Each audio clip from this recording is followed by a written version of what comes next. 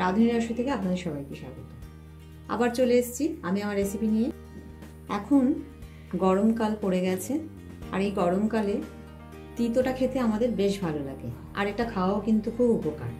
তাই আজ আমি একটা তিতো তরকারির রেসিপি নিয়ে হাজির হয়ে গেছি। তিতো তরকারি অনেক রকমভাবেই করা যায়, আমি আজকে একটু অন্যরকমভাবে করব, আর সেটাই আপনাদের সাথে শেয়ার করব। অনুরোধ রইল ভিডিওটা প্রথম থেকে শেষ অবধি দেখার জন্য। এই রেসিপিটা করার জন্য আমি এখানে 4 রকম সবজি নিয়ে নিয়েছি: আলু, কুমড়ো, উচ্ছে আর সজনে ডাঁটা। তিতোর জন্য আমি এখানে উচ্ছেটা ব্যবহার করছি। উচ্ছেটা আমি সিড ফেলে দিয়ে এইভাবে ছোটো ছোটো করে কেটে নিয়েছি। সব সবজি আমার ভালো করে ধোয়া আছে। কিছু মশলাপাতি রেখেছি, যেহেতু সবজির পরিমাণটা কম তাই মশলাপাতিও আমি কমই রেখেছি। এখানে একটু পেঁয়াজ কুচি রেখেছি, 2টো রসুন একটু কুচিয়ে রেখেছি, সামান্য একটু আদা বাটা রেখেছি, 3 থেকে 4টে বড়ি রেখেছি।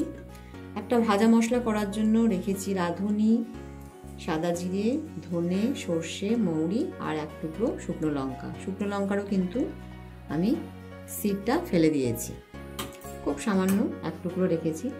আর মশলাও এগুলো খুব সামান্য আছে, কারণ তরকারির পরিমাণ কম। এখানে আমি রেখেছি হলুদ গুঁড়ো, কাশ্মীরি লঙ্কার গুঁড়ো। তিতো তরকারি একটু মিষ্টি না দিলে কিন্তু ভালো লাগে না, তাই আমি একটু সামান্য চিনি রেখেছি। আর তেল তো লাগবেই, আমি এখানে সরষের তেল ইউজ করছি, আপনারা চাইলে সাদা তেলও ইউজ করতে পারেন। এই দিয়ে তৈরি হয়ে যাবে খুব টেস্টি একটা তিতো তরকারি। আসুন তাহলে রেডি করি। তরকারিটা করার জন্য আমি এখানে কড়া বসিয়ে দিয়েছি গ্যাস অন করে। প্রথমে আমি যে একটু ভাজা মশলা করব সেটা আমি রেডি করে নিচ্ছি। লঙ্কারও কিন্তু আমি সিডটা ফেলে দিয়েছি, মানে ঝাল হবে না তরকারিটা, কিন্তু একটু গন্ধর জন্য আমি এটা দিচ্ছি। এবার আমি অন্য মশলাগুলো দিয়ে দিলাম। গরম করে গুঁড়ো করে 1 চামচের মতো হবে, সেরকম হিসাব করেই আমি এটা নিয়েছি। খুব বেশি গরম করলাম না, একটু হালকা নেড়ে নিয়েছি। এবার আমি এটা নামিয়ে নিচ্ছি। দেখুন মশলাটা আমি গুঁড়ো করে নিয়েছি। খুব যে মিহি করে গুঁড়ো করতে হবে এমন নয়, এমনি একটু মোটামুটি গুঁড়ো করে নিলেই হবে। এবার আমি কড়ার মধ্যে তেল দিয়ে দিচ্ছি। তেলটা গরম হয়ে গেছে। এবার আমি 3 থেকে 4টে বড়ি রেখেছি, বড়িটা ভেজে নিচ্ছি। বড়ির পরিমাণটা আপনারা আপনাদের পছন্দ মতো দিতে পারেন, একটু বেশিও দিতে পারেন, কমও দিতে পারেন। আমি এখানে খুব বেশি দিচ্ছি না, কারণ খুব বেশি আবার বড়ির ফ্লেভারটা হলে তরকারির স্বাদটা কিন্তু পাওয়া যাবে না, সেই কারণে। আর তরকারি আমার অল্প, তাই অল্পই কিন্তু বড়ি দিচ্ছি। বড়িগুলো ভাজা হয়ে গেছে, বড়িগুলো আমি তুলে নিচ্ছি। এবার আমি উচ্ছেগুলো একটু ভেজে নিচ্ছি। একটু সামান্য হলুদ দিয়ে দিলাম। এই সিডটা ফেলে ভেজে নিলে তরকারি কিন্তু খুব বেশি তিতো হয় না, খেতেও ভালো লাগে। সামান্য একটু নুন দিয়ে দিলাম।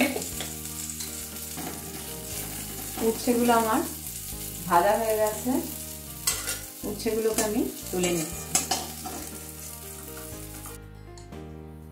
কড়াই 2 চামচের মতো একটু তেল দিয়ে দিলাম, দিয়ে এবার আলুগুলো ভেজে নিচ্ছি। আলুগুলো ভাজার সময় একটুখানি হলুদ দিয়ে দিলাম। হলুদ দিয়ে দিলে যে কোনো ভাজাই কিন্তু একটু তাড়াতাড়ি হয়। আলুগুলো ভাজা হয়ে গেছে হালকা করে। এবার আমি দিয়ে দিচ্ছি কুমড়োর টুকরোগুলো। কুমড়ো আর আলু কিন্তু বেশ ভালো করে ভাজা হয়ে গেছে। এবার আমি এতে সজনে ডাঁটাটা দিয়ে দিলাম, আর তার সাথে দিয়ে দিচ্ছি পেঁয়াজ আর রসুন। পেঁয়াজ কুচি দিয়ে দিলাম। একটা ছোট পেঁয়াজের অর্ধেক পেঁয়াজ কুচি নিয়েছি, আর 2টো রসুন একটু কুচিয়ে নিয়েছি। সজনে ডাঁটা, পেঁয়াজ কুচি আর সামান্য একটু রসুন কুচি দিয়ে এটা আমি ভালো করে আবার একটু ভেজে নিচ্ছি। পেঁয়াজ কুচিটা সবজির মধ্যে ভাজতে ভাজতেই আমি এবার একটু পরিমাণ মতো নুন দিয়ে দিচ্ছি। নুনটা অবশ্যই আপনারা আপনাদের স্বাদ অনুযায়ী পরিমাণ মতো দেবেন। পেঁয়াজ কুচিগুলো ভালো করে ভাজা হয়ে গেছে। এবার আমি এর মধ্যে ভাজা উচ্ছেগুলো দিয়ে দিলাম। দিয়ে দিচ্ছি সামান্য একটু আদা বাটা। আদা বাটা ঠিক না, গ্রেট করা, সামান্য একটু গ্রেট করা আদা দিয়ে দিলাম। সব কিছু দিয়ে ভালো করে একটু নেড়ে নিচ্ছি। এবার আমি এই কাশ্মীরি লঙ্কার গুঁড়ো আর হলুদ গুঁড়োটা দিয়ে দিচ্ছি। তবে হলুদ গুঁড়ো পুরোটা দেবো না, অল্প একটু হলুদ গুঁড়ো আর কাশ্মীরি লঙ্কার গুঁড়োটা দিয়ে দিলাম।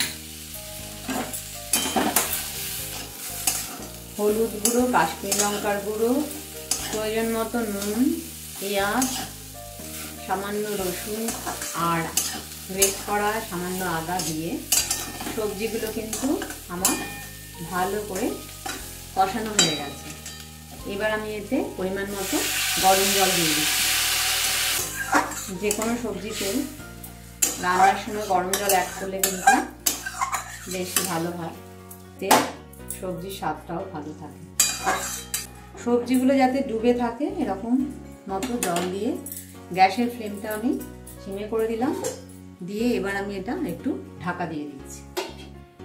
ভালো করে সবজিগুলো সেদ্ধ হওয়া অবধি ওয়েট করব। কিছুক্ষণ পর ফিরে এলাম।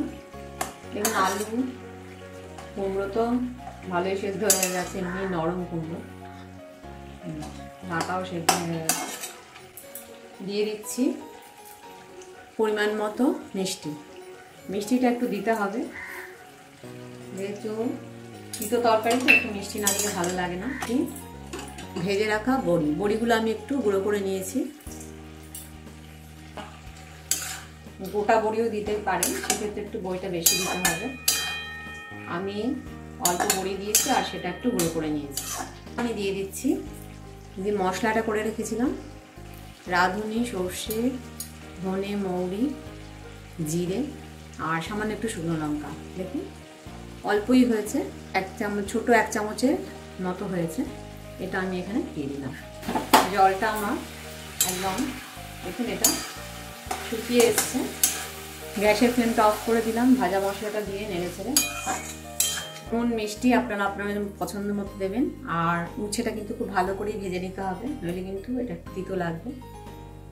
তৈরি হয়ে গেল নতুন স্বাদের একটা তিতো তরকারি। 5 মিনিট স্ট্যান্ডিং টাইম দিয়ে আমি এই সবজিটা নামিয়ে ফেলেছি। খুব টেস্টি কিন্তু একটা তিতো তরকারি তৈরি হয়ে গেল। এবার আমি এটা সার্ভ করে দিচ্ছি। আপনারা চাইলে এতে অন্যান্য সবজিও অ্যাড করতে পারেন, এইভাবে করলেও কিন্তু ভীষণ ভালো লাগবে। তৈরি হয়ে গেল নতুন ধরনের তিতো তরকারি। আমি এটা সার্ভ করে দিলাম। দেখুন কড়াই কিন্তু একটুও তেল নেই, খুব অল্প তেলেই কিন্তু এটা তৈরি করলাম। আর একটু অন্যরকমভাবে তৈরি করেছি, তাই খেতে কিন্তু এটা বেশ ভালো হয়। গরমকালে গরম ভাতে এই তিতো তরকারিটা কিন্তু দারুণ লাগে খেতে। অবশ্যই একবার এইভাবে ট্রাই করে দেখতে পারেন। যদি ভালো লেগে থাকে রান্নাটিকে লাইক ও শেয়ার করার অনুরোধ রইল। নতুন বন্ধুদের আমার সাবস্ক্রাইব করার অনুরোধ রইল। পাশে থেকে বেল আইকনটা অবশ্যই প্রেস করবেন, তাহলে আমার নতুন নতুন রান্নার আপডেটগুলো সহজেই পৌঁছে যাবে।